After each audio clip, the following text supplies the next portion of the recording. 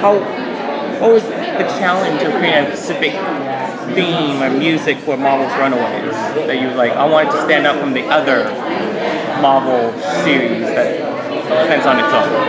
Well, I think part of it had to do with not being particularly familiar with the Runaways subject matter, like the comic, before I started. I read the script, and so I didn't have any sort of preconceived ideas of what these characters were like just yet. And so I felt like I had an open slate in a way. And I remember reading the script, and I got the job in my conversation with Josh Schwartz and Stephanie Savage, the creators. And I just said, look, this is the ultimate rebellion story. These are kids rebelling against their parents, the very hands that feed them. And I found that so compelling. And I said, this score needs to feel like a rebellion. And I said, the only thing that the only association I have with rebellion is like when I was in like middle school or high school, and I listened to like the Smiths or the Cure or Depeche Mode. And so some of the analog synth sounds of the score are influenced from that Depeche Mode, Violator kind of era. So I think I think that probably helped make it feel like unique in its own in the sound of the show, and that helped inform everything. Like, and music supervisor and I worked together on that, so the songs and the score feel like they're coming from the same place. So you also do a lot of the music for This Is Us as well, and that's a huge success. But I think also you bring a lot of emotion into the score that makes everybody tear up, including myself when I watch the show. So how is the process of, when you watch the scene and you kind of pick the emotion, how does that all play out? Well, look, that show is so beautifully written, so wonderfully acted, directed, everything. We have just an stellar team, and Dan Fogelman, who created it, is brilliant. I have a different connection to that show because I know the creator of the show personally, and so he and I are good friends from college. And so when I'm writing music for that show, I feel like I'm writing it for my friend as much as I am for the characters, because you don't create something like that out of thin air. You've had to experience loss and joy in life to write something like that. So that's why I think it comes across as emotionally, because I'm connected on a different level than I am on anything else. I feel like I know why those characters are there, and obviously the performances are so emotional and grab you, and I support them as best as I can. And then during the panel earlier, you said that one friend asking the question, how is the process, and did they give you leeway? And I believe you said they kind of don't, or they... Oh, I get complete leeway on This Is Us and Runaways. It's the best. It's the dream. It's a dream environment. Like, I feel like I'm back in my band and making records again. Where I can just do what I feel is right, and if it's not right, they'll let me know. But there's no one's trying to make me fit into some mold, which is so nice. And I think that speaks to Josh and Stephanie, who created Runaways, and Dan Fogelman, who created This Is Us, is that they push for everyone's artistry. They want you to do what comes out of your heart, and I think that the results show. Yeah. And not just music; it's everything—the cinematography, the editing, all of it. It reminds you of this golden age of television we're in, where everyone feels like we got to do some good stuff here, and like we can't try to fit into some mold anymore. Because inevitably, the best stuff I think comes from breaking molds. Yeah. The best music I grew up listening to was bands that didn't sound like the other bands. They were all like underground and unknown, and they kind of built their own following. Right. That's what this is like. Yeah. And how is it to do something like with comedy, going from Marvel Runaways, and then you got to do something like more fun comedy and all that? Yeah. It's fun. I think it's just like my personality is that I'm kind of quirky in my own little way, and so I feel like the fact that I do comedy and drama speaks to kind of who I am as a person. Yeah.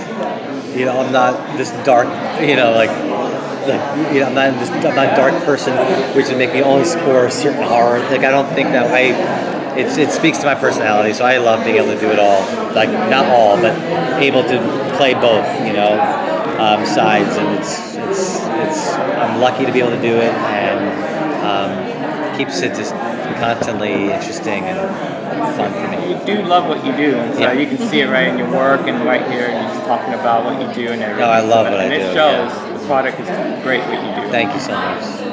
Thank you. So when you like see scenes or read about characters, do you ever think in your head, oh, I have a soundtrack for them, or are you like always constantly creating like a sound? Yeah, it depends on the project. You know, I think with This Is Us and Runaways, because of the large cast size, they both have. There's a lot of cast, right? So creating character-specific themes sometimes can get a little, you know, it can get confusing. I think sometimes it's nicer to have a single binding thing that ties things together. So, for example, in This Is Us, I scored to the larger connectivity between these characters. We go through different generations. So I scored to like the life force that binds these people together. So each episode of This Is Us has its own particular theme, like a little mini movie. And that theme, if you listen carefully, that theme weaves in and out of that episode. You'll hear that same like 4-note progression 15 times in an episode. And on Runaways, I have themes for the pride, like the villains. I have a theme for like the kids who are like the heroes. So just the collective of those kids as opposed to the individuals. So we're feeling like it always feels cohesive and thematically linked. A fun question. What other movie franchise or TV show you wish you could just try or? I think if Wes Anderson did TV, I want to do everything he does. Because I'm a huge fan of his work. I love Alexander Desplat's scores on his work, and that's kind of again speaks to my somewhere between the drama comedy worlds where I love to live. So. Awesome. Yeah. So if someone, let's say, since you're doing Marvel, they come to you and say, hey, you want to do a Marvel film? What are the future ones you wish you could try? If they give you one of the characters for the heck, but not to get you in trouble. Spider-Man? Oh, yeah. You know, that would be just awesome. I mean, honestly, like, I just feel lucky enough to do this. So, like, I would do any Marvel film. Like, it's just so cool to me.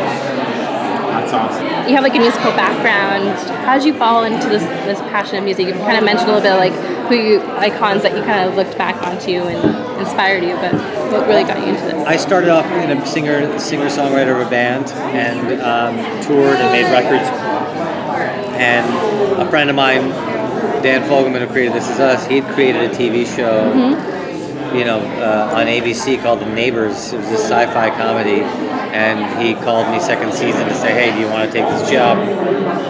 We're looking for a new composer, and I'd love for you to do it. I took the job.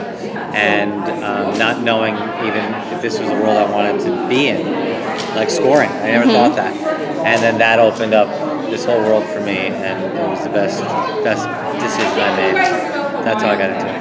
Yeah, congratulations. Thank you. Yes, congrats on that. What other, when you watch a movie or whatever, what do you think of what you hear on screen, or like John Williams? What do you think of him, and you wish you could do like Star Wars or something like that too? Yeah, I mean, John Williams is legends, you know? He's one of the greatest of all time. And timeless. Reminds me that like it's important that music and scores remain timeless and not trendy. I think I like doing things that don't have a timestamp on them. Like if you listen to This Is Us score, you wouldn't be able to tell if it was made in the 60s or today. You just can't tell. Runaways, even though there's some Depeche Mode influence in it, it's not really 80s, and it's not really. You don't know where. I think the best thing, like I feel like I'm successful when there's no timestamp on the sound. And I think that's what John Williams also does, even though he falls into that top echelon of the greatest of all time. There's something timeless about it. It'll live forever. It'll never feel old or dated. That's because important. the melodies are strong and you're using real instruments. Yeah. You know?